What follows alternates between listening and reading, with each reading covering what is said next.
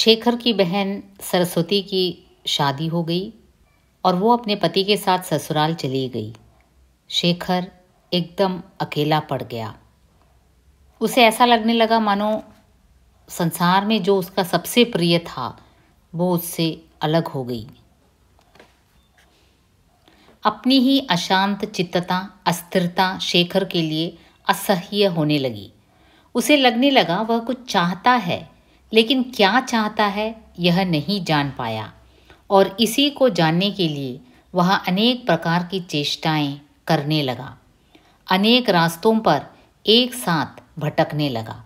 अब देखिए, बहन चली गई।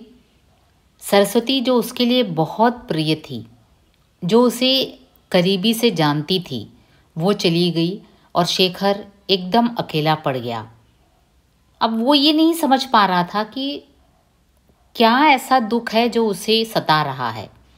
अब वो ये नहीं समझ पा रहा था कि वो इतना अपसेट क्यों है। आखिर उसे लगता उसके शरीर में कोई परिवर्तन हो रहा है। उसे लगता वह बीमार है। उसे लगता उसमें बहुत शक्ति और स्फूर्ति आ गई है। उसे लगता उसे जीवन की एक नई किस्त मिलने वाली है और वह अपने ही मद से उन्मद कस्तूरी मृग की तरह या प्लेग से आक्रांत चूहे की तरह या अपनी दुम का पीछा करते हुए कुत्ते की तरह अपने ही आसपास चक्कर काट कर रह जाता। देखिए उसकी साइकोलॉजी, उसकी क्या सिचुएशन थी।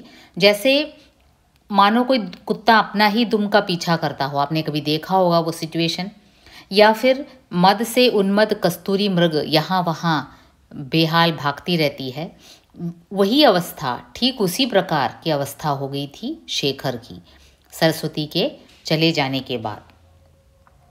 जब रात खूब घनी हो जाती तब शेखर उठता, दबे पांव बैठक में जाकर ग्रामोफोन उठाकर अपने कमरे में ले आता, दरवाजे बंद कर लेता और एक विशेष रिकॉर्ड को बार बार बजाया करता और वो उसी रिकॉर्ड को कभी कभी बार बार बजाता। फिर एकाएक रिकॉर्ड बंद करके कविता लिखने लगता। लेकिन वह समाप्त होते ही उसे लगता उसका शरीर फिर जाग उठा है। वह फिर झिल्ली के भीतर बंध गया है। अपने शरीर की मांग वह नहीं समझता, लेकिन उसे लगता वह कुछ अनुचित है, कुछ निश्चित, कुछ पापमय, और वह चाहता कि किसी तरह उसे दबा डाले, कुचल डाले, धूल में ऐसा मिला डाले कि उसका पता भी न लगे, चाहे शरीर ही उसके साथ क्यों न नष्ट हो जाए। वह मन उस पर से हटाना चाहता। यह तो वह जानता नहीं था कि इसका साधन क्या है, लेकिन कविता में रुचि थी और इसलिए उसे आशा थी कि वह उसमें अपने को भुला सकेगा। वह हर समय हर प्रकार की कविता पढ़ने लगा। उसने संस्कृत कवि पढ़े, उसने उर्दू से अनुवाद पढ़े, उसने जो कवि उसकी पाठ्य पुस्तकों में थी, टेनिसन, वर्ड्सवर्थ, शेली, क्रिस्टीना रोसेटी, स्कॉट, सब समूचे पढ़ डाले। फिर उसने वे कवि पढ़ने आरंभ किए जो उसकी पुस्तकों में नहीं थे, लेकिन जिनके नाम उसने पढ़े और सुने थे। Keats, Byron, Rossetti, Swinburne. कुछ उसने समझा, अधिकांश नहीं समझा, लेकिन जहाँ नहीं समझा वहाँ मानो अपने को दबाने, दंडित करने के लिए और भी निष्ठा से पढ़ा। इस प्रकार शेखर अपने ही प्रवाह में बहा जा रहा था, लेकिन बीच बीच में ऐसे भी क्षण आते थे जब सब कुछ उसके लिए जैसे बहुत स्पष्ट, बहुत सीधा, बहुत परिचित हो उठता था।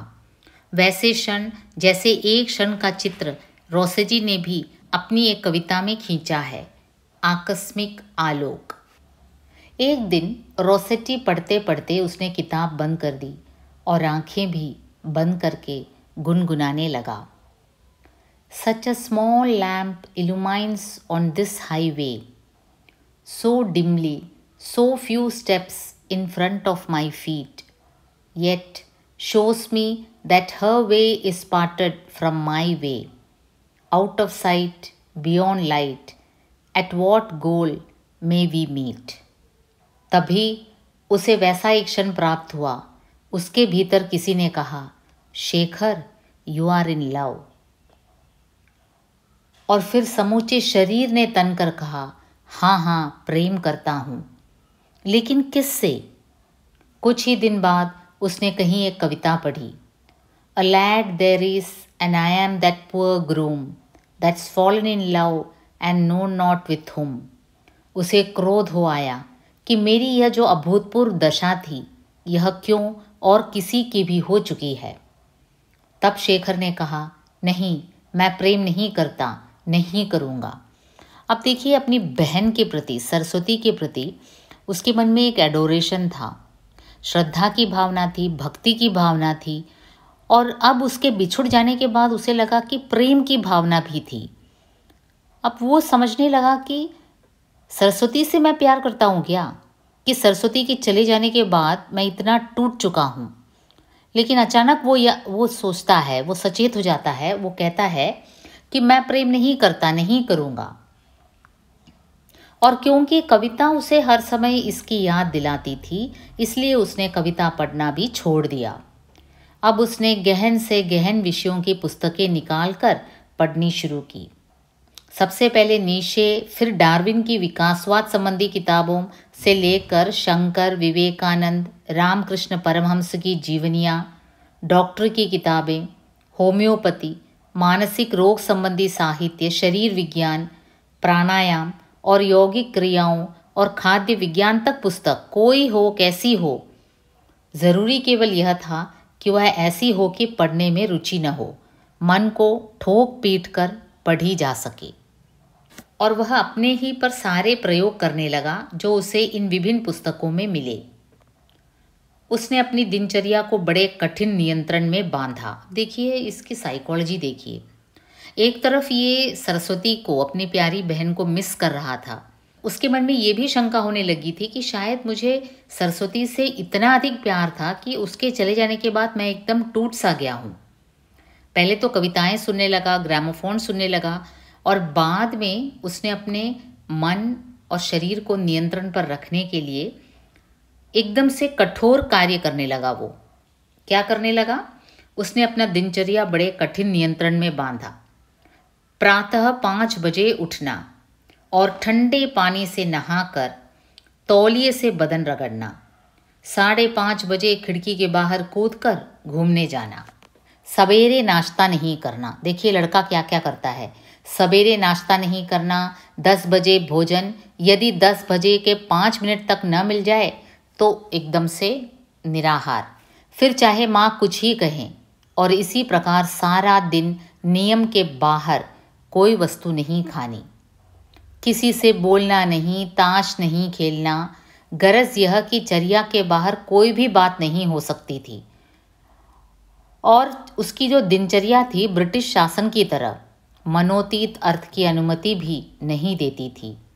उसमें परिवर्तन के लिए स्थान था तो एक की, जिस काम में बहुत अनिच्छा हो उसे 2 बार किया जाए। देखिए, वो अपने आप को दंड दे रहा था या उसका कोई तरीका था सरस्वती को भूलने का।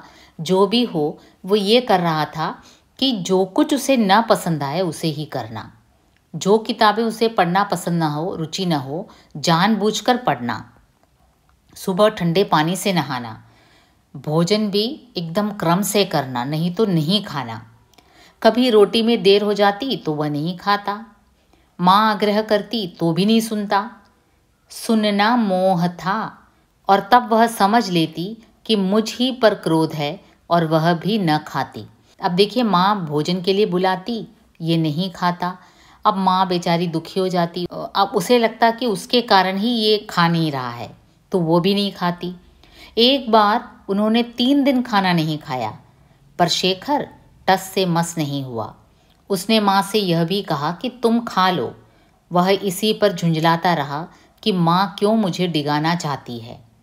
तीसरे दिन माँ ने कुढ़कर कहा, अच्छा मुझे क्या, मरे चाहे जिए, मुझसे नहीं ये ढंग सहारे जाते, और रोटी खा ली। अब देखिए, इसके लिए माँ भी 3 दिन भूखी रही।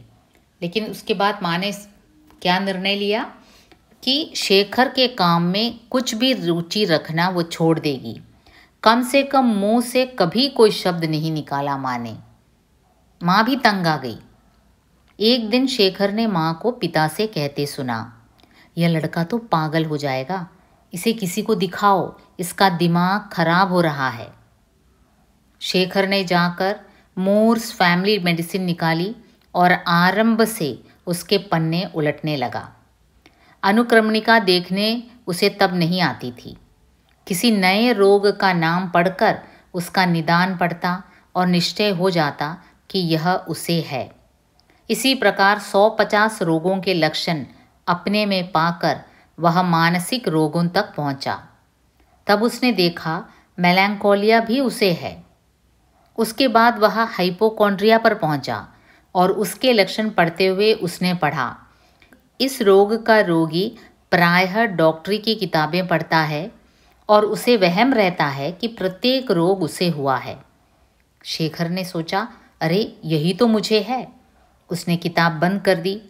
तब एकाएक उसके सब रोग दूर हो गए। वह ठठाकर हंस पड़ा। लेकिन वह शरीर के भीतर ही भीतर कुछ अशांति, कुछ प्रस्फुटन वह बंद नहीं हुआ। वह वैसा ही अनुभव करता रहा जैसा भूमि के नीचे की नीचे अंकुर फूटने से पहले कोई बीज करता होगा, एक नए जीवन की उत्पत्ति के दबाव से फटता हुआ सा। वह एक नई दृष्टि से अपने माता पिता की ओर देखने लगा। उसके सारे उत्तरहीन प्रश्न, जिन्हें उसने किसी तरह दबा रखा था और निरंतर दबाने की चेष्टा करता जाता, दुगने दबाव से दुगनी शक्ति से उसे सताने में एक पाश्विक हिंस सुख पाते हुए लौट लौट कर आने लगे। और उसके कुछ एक प्रश्नों के जो अधूरे उत्तर उसे नौकरों से या पिता के चपरासियों से या चुरा कर पड़ी हुई किताबों से मिले, उनसे उसकी उग्रता और भी बढ़ गई। एक दिन शेखर के माता पिता में लड़ाई हो गई।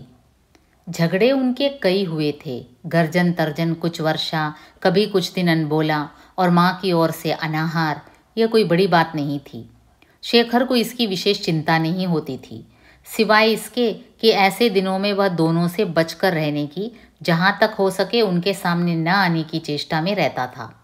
पर उस दिन उनकी बातों की भनक कान में पड़ते ही शेखर ने जान लिया कि यह झगड़ा कुछ और प्रकार का है। वह जो कुछ थोड़ा बहुत वहीं से सुन सकता था, सुनने की चेष्टा करने लगा। पास आने की उसे हिम्मत नहीं हुई। वह अधिक नहीं सुन पाया, केवल कभी जब उनके स्वर बहुत ऊंचे हो जाते तभी वह कुछ सुन लेता। माँ ने कहा, तब मुझे मार डालो। पिता ने कहा, कुछ शर्म करो। कोई आगे कुछ कहा जरूर, पर शेखर सुन नहीं पाया। वह दबे पांव उठकर किवाड़ के पीछे आया और उसकी आड़ में से झांक कर धक से होकर एकदम लौट गया। छोटी गोल मेज के एक और पिता खड़े थे और उनके सामने दूसरी और माँ थी। उनका आंचल सिर पर नहीं था और छाती खोलकर खड़ी वे कह रही थी, तो मुझे मार डालो। पिता एकदम दफ्तर चले गए। शेखर ने कमरे में एक विचित्र सा स्वर सुना। शायद माँ छाती पीट रही थी। 2-4 बार पीट कर वे कहीं दूसरे कमरे में चली गई। शेखर खिड़की के आगे बैठा था। वहीं से बाहर देखता हुआ इस घटना को मन में फेरने लगा। उसे याद आया, कुछ दिनों से माता पिता में जाने क्यों कुछ खिंचाव सा था। वैसे उसने उसे महत्व नहीं दिया था, लेकिन आज उसे जान पड़ने लगा कि इस विस्फोट का मूल कई दिनों से फैलता चला आ रहा है। खिड़की के सामने से होकर माँ निकली। शेखर ने देखा उनकी चाल में एक दृढ़ता है जो सदा नहीं होती, और वे सीधी तेजी से चली जा रही हैं। और फिर वह सोचने लग गया। शाम को पिता दफ्तर से लौटे। उन्हें द्वार पर मिलने कोई नहीं आया। भीतर गए। नौकर ने चाय तैयार कर रखी थी, पर वहाँ कोई नहीं बैठा था। सोने के कमरे में गए, वहाँ कोई नहीं था। रसोई के आंगन में गए, वहाँ कोई नहीं था। बाहर झांका, नौकर चुपचाप खड़ा था। शेखर ने स्वयं न प्रकट होते हुए भी यह सब देख लिया। पिता ने आकर पूछा, तुम्हारी माता कहाँ है? पता नहीं। रविदत्त, चंद्र, यहाँ आओ। जी। तुम्हारी माता कहाँ है? पता नहीं, अंदर होंगी। अंदर तुम्हारा सिर। पिता धधक उठे। उन्होंने पूरे हाथ से एक तमाचा चंद्र के लगाया, एक रवि के, जिससे दोनों भन्ना गए। फिर शेखर के पास आकर उसे छाती में इतनी जोर से धक्का दिया कि वह दूर कुर्सी से टकरा कर गिरा। तुम सब यहाँ किस लिए मरे हो जब माँ का पता नहीं रख सकते? विवश क्रोध की चरम सीमा एक आदर मांगने वाली चीज़ है। शेखर ने उठकर बिना प्रतिहिंसा के पिता की ओर देखते हुए कहा, आप दफ्तर गए थे तब घूमने गई थी। पिता ने कान के पास घूंसा लगाते हुए कहा, पहले क्यों नहीं कहा था? फिर एकाएक उनका स्वर टूट गया। बोले, वह गई, चली गई। ये शब्द मानो उन्हें और भी जड़ित करने लगे। उन्होंने कहा, गई, जरा सी बात पर यूं ही लड़कर चली गई। ऐसा जान पड़ने लगा मानो वे हिलना चाहते हैं और हिल नहीं सकते।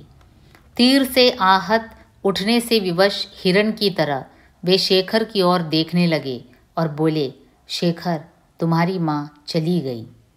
तब एकदम से उनका जड़ित क्रोध सजीव क्रिया में परिणत हो गया। गिरकर नीचे ही बैठे हुए शेखर को बालों से पकड़कर उठाते और बाहर की ओर ढकेलते हुए उन्होंने कहा, मरते क्यों नहीं तुम? जाओ उसे ढूंढो।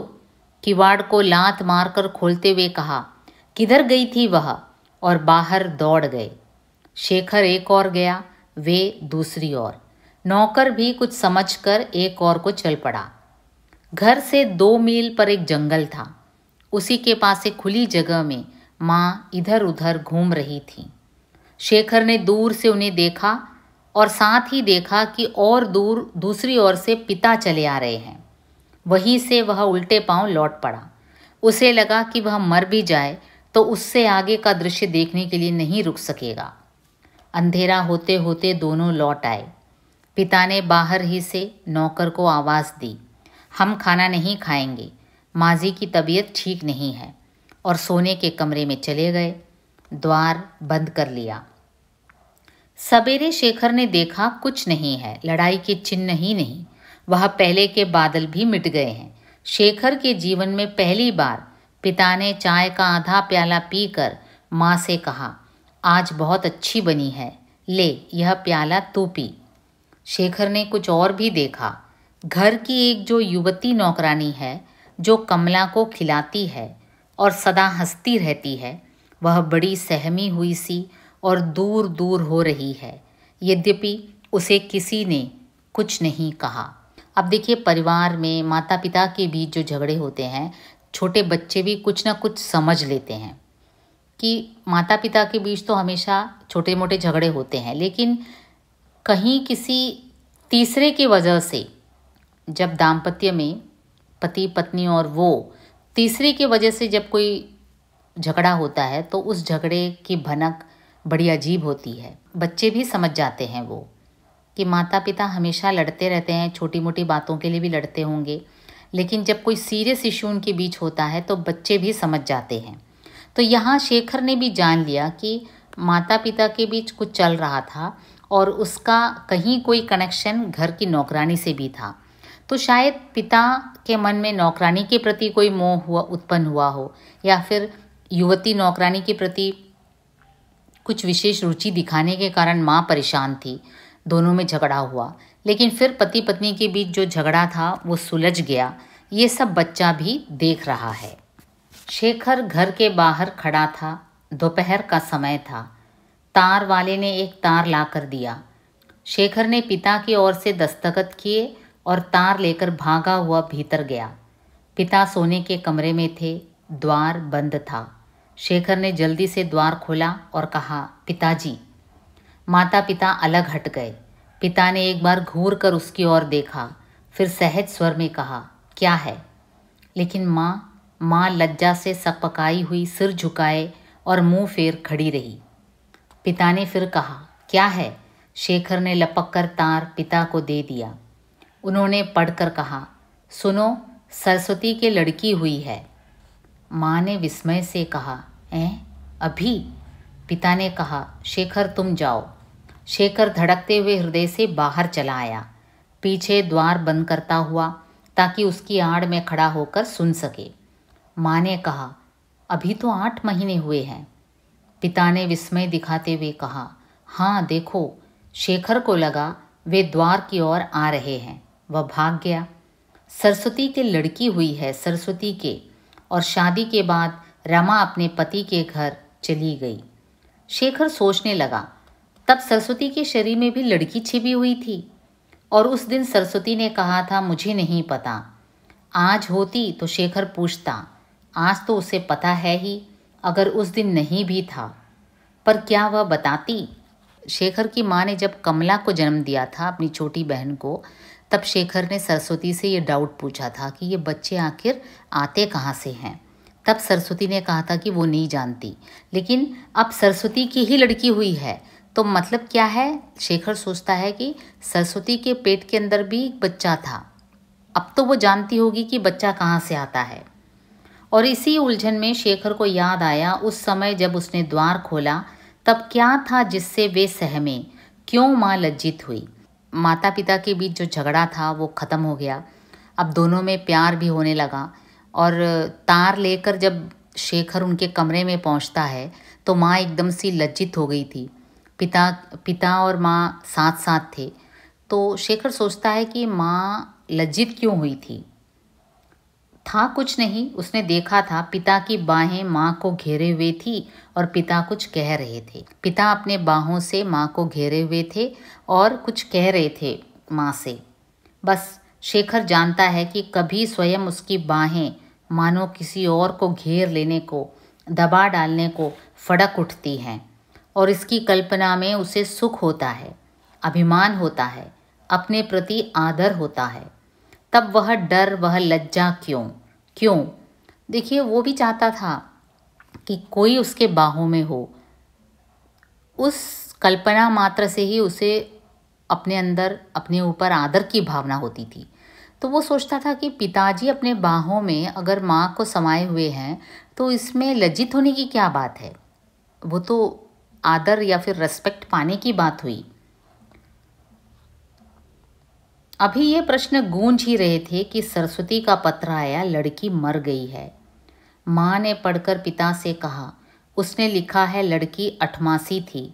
फिर कुछ ऐसे भाव से कि यानी होना था, उन्होंने कहा हाँ। अब देखिए, प्रीमेच्योर बर्थ था, 8 महीने में ही पैदा हो गई थी और सरस्वती की चिट्ठी आई कि लड़की मर गई। 4 दिन और 6 घंटे की होकर लड़की मर गई है और माँ कहती है सरस्वती ने लिखा है कि लड़की 8 मासी थी। यह और नया रहस्य क्या है? अब देखिए, बच्चों के मन में ऐसे डाउट हमेशा, उस समय जो सेक्स एजुकेशन स्कूलों में कम मिलता था, शेखर घर में ही पढ़ाई करता था, स्कूल जाने की जो उपक्रम था वो शायद शेखर को नहीं था। और वैसे भी ये सब बातें कोई खुलकर बच्चों से करते नहीं थे। अब इसके मन में ये शंका होती है कि जो सरस्वती की जो लड़की है केवल 4 दिन और 6 घंटे तक जीवित रही, लेकिन माँ तो कहती है कि वो 8 मासी है। 8 महीने तक तो वो जीवित नहीं रही, फिर उसे क्यों 8 मासी कहा जाता है? शेखर ने मौका पाकर रसोई से पूछा, 8 मासा बच्चा कैसा होता है? जो 8 मास बाद पैदा हो जाए, नौकर ने उत्तर दिया। क्या मतलब? किससे 8 मास बाद? बच्चा 9 महीने माँ के पेट में रहता है ना। इसे गांठ में बांधते हुए शेखर ने पूछा, वहाँ कैसे आता है? यानी कि पेट के अंदर बच्चा कैसे आता है? रसोइया हंसने लगा, बोला, शेखर बाबू, यह अत्ती से पूछो। और उस युवती नौकरानी की ओर इशारा करके और भी ज़ोर से हंसने लगा। शेखर उससे कुछ शर्माता था, यानी अत्ती से, उस नौकरानी से शर्माता था, पर उसके पास भी गया। वह शेखर की भाषा नहीं जानती थी। शेखर किसी तरह उसकी भाषा में इतना ही कह पाया, बच्चा किस तरह? अत्ती हंसने लगी। उसे शेखर का प्रश्न नहीं समझ आया। उसने शेखर की नकल लगाते हुए कहा, बच्चा किस तरह? और फिर दोनों हाथ घुमाकर जताया कि मैं नहीं समझी। शेखर किसी तरह अपना प्रश्न समझाने की चेष्टा ही में था कि माँ ने आकर पूछा, तू यहाँ क्या कर रहा है? शेखर सकपका गया। अत्ती अपने काम में लग गई। माँ ने और भी संदिग्ध स्वर में कहा, क्या कर रहा तू अत्ती के पास? क्यों रे अत्ती, क्या कहता है यह? अत्ती ने सिर झुकाते हुए कहा, मुझे तो पता नहीं। शेखर चला गया।